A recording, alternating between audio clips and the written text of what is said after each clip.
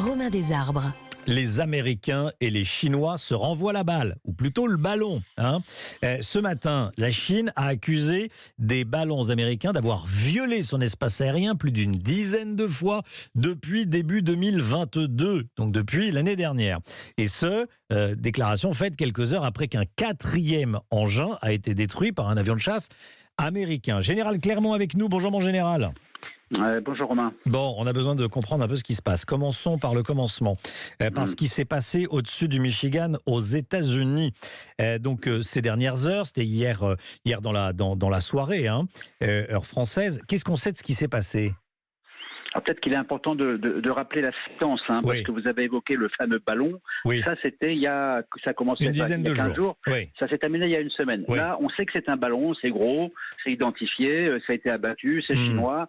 Ça faisait du renseignement, il n'y a pas de doute sur le sujet. Ouais. Bon. Et ce point-là, évidemment, il peut y en avoir d'autres, mais pour l'instant, c'est un autre sujet qui préoccupe la défense aérienne américaine. Et ce sujet, c'est le fait qu'ils découvrent dans l'espace aérien américain des objets totalement inconnus, qui ne sont pas des ballons, qui ont des formes étranges, et qui les conduisent à les abattre avec des avions de chasse. Oui. Donc, on ne parle plus de ballons, mais d'objets volants non identifiés. Bon, mais qui viennent pas de l'espace, pour être clair. Alors, c'est pas un on ne ovni. sait pas pour l'instant. Effectivement, la difficulté, c'est qu'on ne sait pas d'où ils viennent. Ils appartiennent à la catégorie de ce que les Américains et d'ailleurs les Français, le monde entier baptisent aujourd'hui. On ne parle plus d'ovni.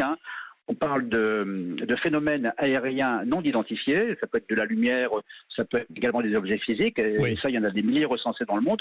Donc, ils sont dans cette catégorie. Et hier soir, il y a une conférence au Pentagone du chef de la défense aérienne de l'ensemble de l'Amérique du Nord.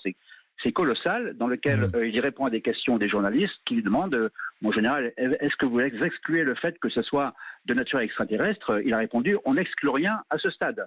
Donc on allait quand même dans une situation totalement incroyable, dans laquelle je pense que... On est parti d'un bras de fer entre les Américains et les Chinois, et on est à parler de vie extraterrestre.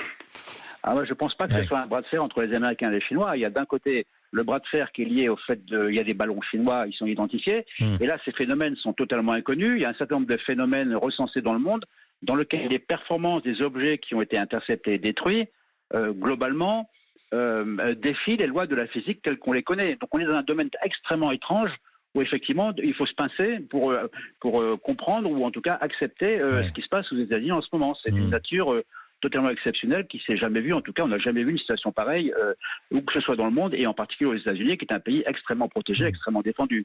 Parce que les Chinois, eux, dans leur réaction ce matin, il y a quelques heures seulement, disent rien que depuis l'année dernière, des ballons américains, donc eux parlent de ballons, des ballons américains ont survolé la Chine à plus de 10 reprises sans aucune autorisation. Donc ils cherchent en quelque sorte à minimiser, à dire nous aussi on est survolés par des ballons américains, c'est le jeu. Absolument. Et les Chinois reviennent à l'affaire de la semaine dernière. Donc ballon contre ballon, si vous voulez. Voilà. Mais ça, c'est pas des ballons dont on parle. Les 3 objets qui ont été abattus par la chasse américaine, ce ne sont pas des ballons. Ce sont des choses qu'on ne connaît pas, pour lesquelles le Pentagone a des informations, puisqu'ils ont fait décoller des avions de surveillance. Ils ont pris des photos, ils ont été abattus, donc on peut espérer trouver les débris, ce qui n'est pas forcément évident en plein milieu de l'Alaska en plein hiver. Mais en tout cas, ça n'a rien à voir avec des ballons. C'est d'une autre nature. Et les Américains, cette fois-ci, n'accusent pas la Chine, ils n'accusent personne, ils ne savent pas ce que c'est. Il y a ces ballons, ces objets non identifiés, appelons-les comme ça, ballons et objets non identifiés, au-dessus de l'Europe. On a l'impression que ça se passe qu'en Chine et aux États-Unis. Et au-dessus de l'Europe, rien du tout. Et accessoirement au-dessus de la France. Je pense, Romain, il faut vraiment séparer la question des ballons. Un ballon de 60 mètres qui a des caractéristiques physiques bien connues et qui n'aurait pas dû être là. Donc c'est la violation d'un espace aérien et qui avait des capteurs à l'intérieur, du fait que les 3 derniers objets dont on parle n'ont pas de nature connue.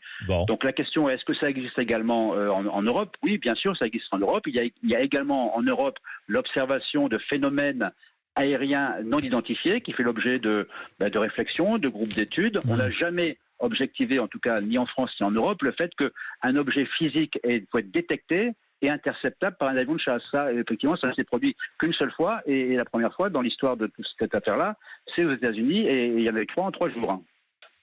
Merci, mon général Clermont, de nous avoir éclairé, d'avoir apporté également quelques questions, parce qu'on n'a pas toutes les réponses à l'heure qu'il est, c'est important de le dire. 12h45. Restez bien avec nous. Petite pause publicitaire et dans un instant, on est avec François Omril, le président confédéral de la CFE-CGC, le syndicat des cadres. On va parler bien sûr du durcissement du mouvement. Certains syndicats veulent paralyser la France à partir du 7 mars. Vous avez entendu?